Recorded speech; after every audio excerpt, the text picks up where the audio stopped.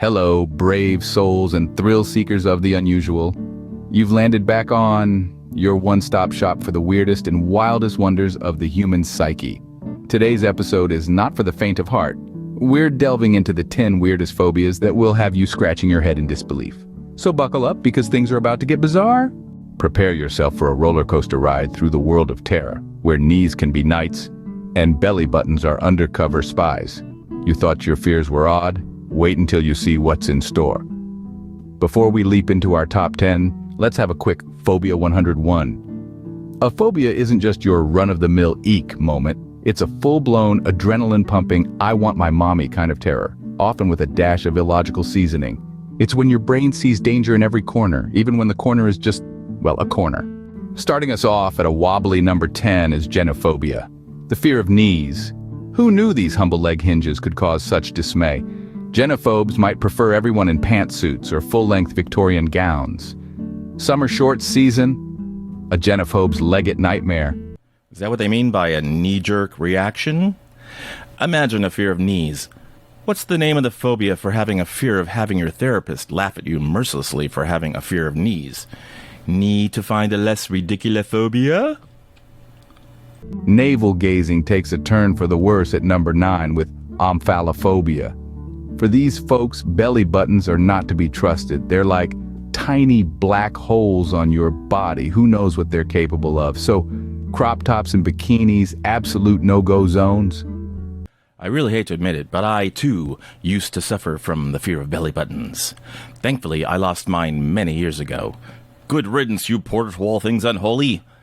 I'd be willing to bet that it's not the navel that people with belly buttons fear, but the lint and other disgusting things they collect. Yuck. Making a splash, or rather avoiding one, is ablutophobia at number 8.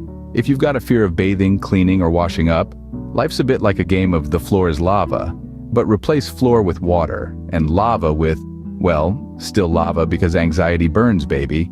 Why do skeletons refuse to take baths? We're afraid of diluting our charming personalities. But really, a skeleton in a hot bath is just a recipe for bone broth, so no thank you. Number 7 is consecotileophobia, where chopsticks are less a tool for eating and more a source of dread. Imagine seeing these wooden sticks as tiny hand-operated lightsabers. To the consecotileophobe, a sushi restaurant isn't a place to eat. It's a dojo of doom. Why would anyone be afraid of chopsticks?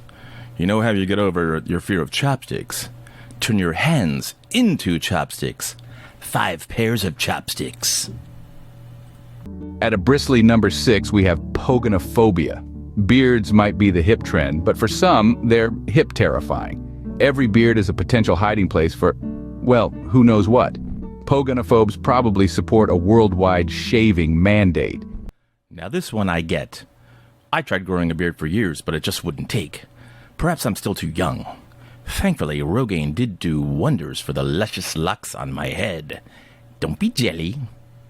Holy moly, at number 5, papaphobia is not your average fear. The Pope may be a figure of holiness, but to a papaphobe, he's the holy terror. Even a pizza papa can cause a stir, and a Pope mobile. That's a nope mobile. I do have a fear of the Pope. He told me he was going to perform an exorcism on me. I said no thanks. I hate the gym. Cheering, or jeering, at number 4 is the euphobia. Good news is usually welcome, but for the euphobic, it's as welcome as a bull in a china shop. Congratulations suddenly sounds like beware. Party poppers? More like anxiety triggers. The doctor tells his patient, I've got good news and bad news. The good news is you have 24 hours to live. The patient, shocked, asks, what's the bad news?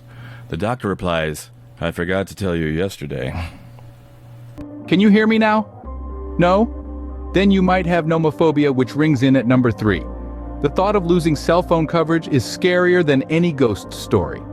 Nomophobes might prefer haunted houses over dead zones because at least the ghosts can answer back.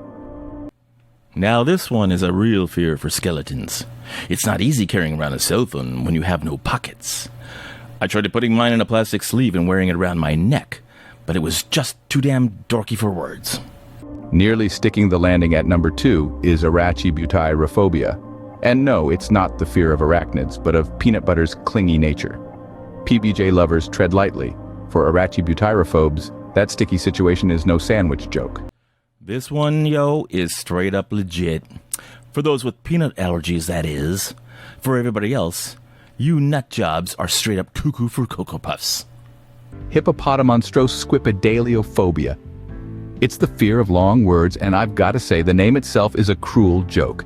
Can you imagine having this phobia and trying to explain it to someone? I'm terrified of yeah, good luck with that. Why did the person with a fear of the word supercalifragilisticexpialidocious never watch Mary Poppins? They said, every time someone mentions that word, I feel like I need a spoonful of sugar just to calm my nerves. And let's not even talk about flying nannies with umbrellas. Spooky. And that, dear viewers, is our odyssey through the oddest phobias known to humankind. Did any of these strike a chord, or did they tickle your funny bone? Share your thoughts and your own peculiar fears in the comments below if you dare. If you enjoyed this bizarre journey, give us a thumbs up. Hit that subscribe button for more peculiar playlists. And remember, no matter your fear, you're always welcome here. Until our next peculiar adventure, keep your wits about you and your fears in check. Toodles.